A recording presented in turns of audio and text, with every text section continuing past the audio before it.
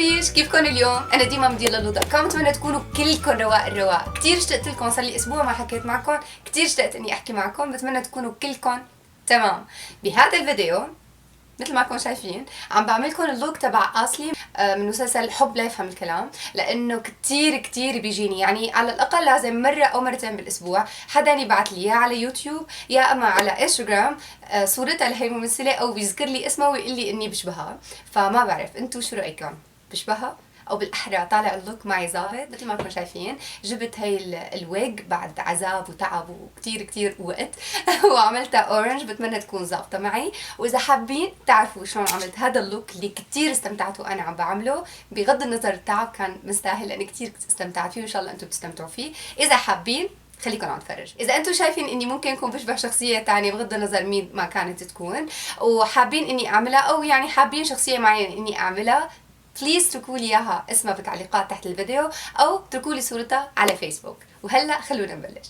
رح اجرب اعمل الميك اب اللي موجود بهي الصوره، ما بعرف اذا شايفينها. هاي الصوره انبعثت لي على انستغرام، حدا عم بيقول لي شوفي قديش بتشبهيها لهي الممثله.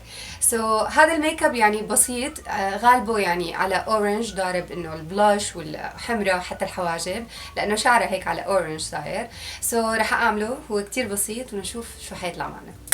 اول شي رح ابلش فيه هو البيس تبع العين، بعدين ببقى بحط الفاونديشن. رح احط برايمر مشان يبين الالوان تبع الاي شادو، مع انه هي يعني مستخدمه يمكن لون واحد وكتير خفيف. حطه على كل العين ورح ثبته بالباودر. عندي شارو، هذا شارو هيك من نفس لون البشرة تبعي.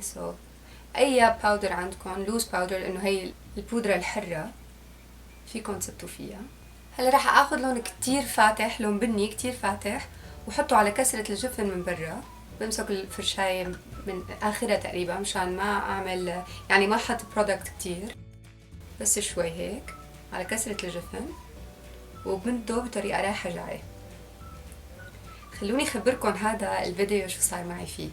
هذا الفيديو صورته اكثر من مرة وما زبط معي لاسباب كتير متعددة. ما بعرف اذا انتم معي على انستغرام بتكونوا شفتوا البوست اللي حطيته وقت اللي كنت عم اقول شو بتعملوا لما ما بزبط معكم شغلة. انا كان قصدي يعني هذا الفيديو. عملت الميك اب، او بالاحرى رحت جبتها للويج، الشعر المستعار. كتير صعب اني كنت لاقي من لون شعرها، فجبت اقرب لون شعر عليها لون شعرها. ولبعد ما حطيت الميك اب وحطيتها للويج الشعر المستعار، طلعت ابدا مو حلوه، واللون ابدا ما له ظابط. اضطريت ارجع اروح مره ثانيه ادور على وحده ثانيه. المهم شي 3-4 مرات وما مشي الحال. بعدين بالاخير جبت بخاخ وبخيتها لون اورنج، ما بعرف اذا حيطلع نفسه تمام. يعني انا هلا حاطه قلبي على ايدي انه تزبط هاي المره كمان. عم حط على الجهه الثانيه كمان، حتى على هي الفي او المثلث الخارجي كمان بدي احط من هذا اللون. يعني هو مو كتير اصلا باين بالصوره، شيء كتير بسيط، لذلك رح اعمله كتير بسيط. كل ما قربت اكتر على خط الجفن بعملها هيك طبطبه، لانه اللون الاغمق لازم يكون اقرب على الجفن، او بالاحرى على خط الرمش. على فكره لما بكون حامله المرايه هيك لتحت وعم بتطلع هيك لتحت بشوف كسرة الجفن اكتر وبستحكم اكتر. وبعدين لحتى اشوف انه اللون ظابط او انه طالع مثل ما بدي الغماقه، بتطلع لبعيد. انا عندي مرايه ثانيه هون، او حتى نفس المرايه بتطلع لبعيد. هلا رح احط لون فوقه شوي على اورنج من البرونزر تبعي. دائما بعمل هيك عشان ما احط كتير زياده يعني شادو. كمان بحطه هون وبدمجه.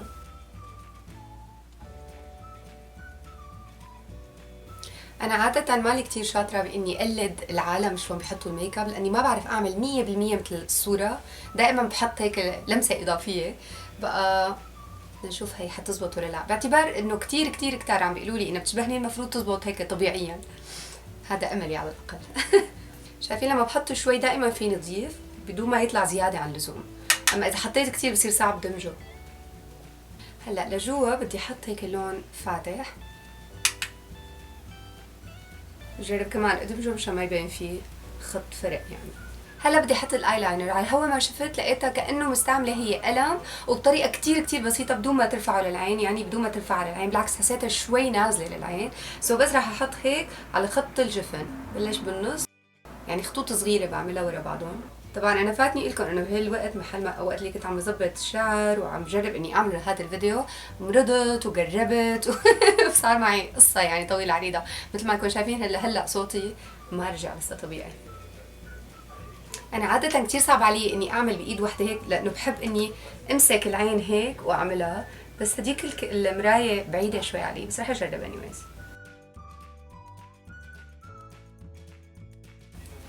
ماشي الحال. اهم شيء انكم تعبوا كل الفراغات، لهيك حمرق القلم بين الرموش عشان ما يبين لون الجلد يعني.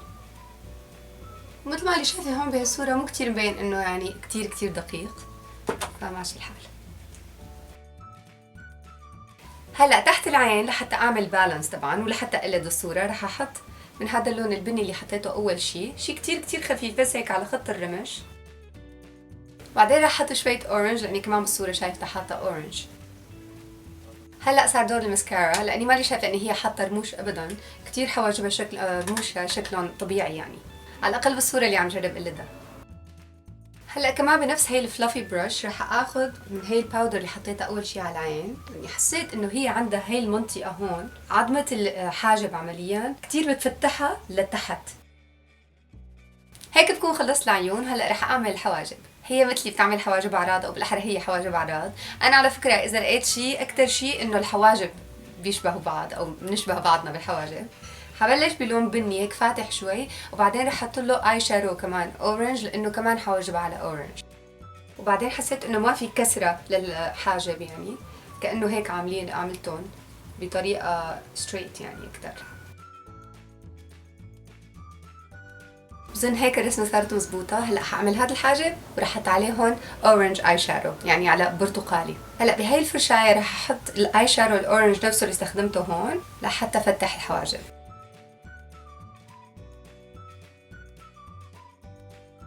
بس خلينا نظبط انه يكونوا اثنيناتهم قد بعض قد ما بنقدر طبعا لانه الحواجب يعني مثل ما بيقولوا اخوات مانن توائم. هلا صار دور الفاونديشن. انا عاده بلاقي لهذا الفاونديشن فاتح تكه. هلا هو لما حادمجه رح تلاقوه من نفس لون رقبتي يعني، بس انا بحبه اغمق تكه صغيره، بس حسيت انه هذا كثير بيلبق للون الاورنج تبع الشعر وحسيت انه هي هيك كمان لون بشرتها يعني. هلا رح حدد تمي ورح اجرب اني يعني انزل تحت الخط تبع الشفه الفوقانيه او بالاحرى هيك على قده تماما لانه هي عندها الشفه الفوقانيه. انا كمان عندي اياها اصغر من تحت بس يمكن هي اصغر شوي ما بعرف. انا رح اجرب اقلد على الهوا ما شفت. انا على فكره مالي شايفه المسلسل وما بعرفها ابدا الممثله، بس على الهوا ما قريت يعني على الهوا المشاهد اللي شفتها شكلها كتير مهضومه. بعبي جوا بس مشان ما يبين في خطوط. طبعا هي حاطه الروج كمان على اورنجي شوي، هذا اخذته من عند بنتي من العابها. هلا بدي احط البلاش، هو كمان البلاش سربرايز لونه اورنج. اكيد ما تفاجئتوا لانه هي باعتبار لون شعري اورنج لازم يكون كل شيء على اورنج مشان يلبق اكثر. هذا اللي هي عملته. حسيتها بلشت البلاش مو كتير قريب على الانف هيك من هون وطالع.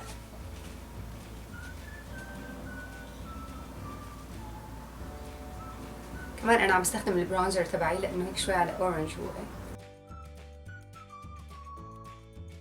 لحظة واحدة صار وقت الشعرات اللي اكثر شي عذبوني. ترى هذا اكثر لون قدرت اقرب عليه اكثر يعني بعد مجهود. ما بعرف اذا انتم شايفين. هلا اذا بحط ايدي بصير ايدي كلاتهم اورانج لانه يعني مبخوخه الويج.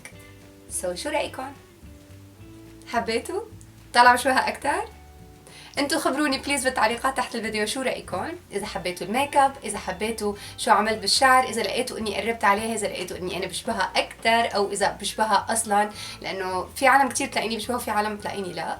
انتوا خبروني اذا بتلاقوني بشبهها او اذا زبط معي هذا اللوك كله على بعض. انا كثير استمتعت بعمله لهذا الفيديو لانه هيك يعني كتير كول. عرفتوا انه الوان كلها مختلفه، ميك اب مختلف، كله مختلف. كتير استمتعت فيه وبتمنى انتم كمان تكونوا انبسطتوا معي. واذا عندكم اي اقتراح اني اعمل حدا تاني، انه شخصيه تانية، انه ممثله تانية، موديل شعر، اي شيء، اعطوني اقتراحاتكم تحت بالتعليقات تحت الفيديو او حتى اعملوا لي عليهم، عملوا لي بوست على الفيسبوك تبعي حتمرق هلا المعلومات. اي شيء جعبالكم انكم تقولوا لي اياه بالتعليقات كتير بحب اسمعه. وبحبكم كتير. بشوفكم الفيديو الجاي. باي.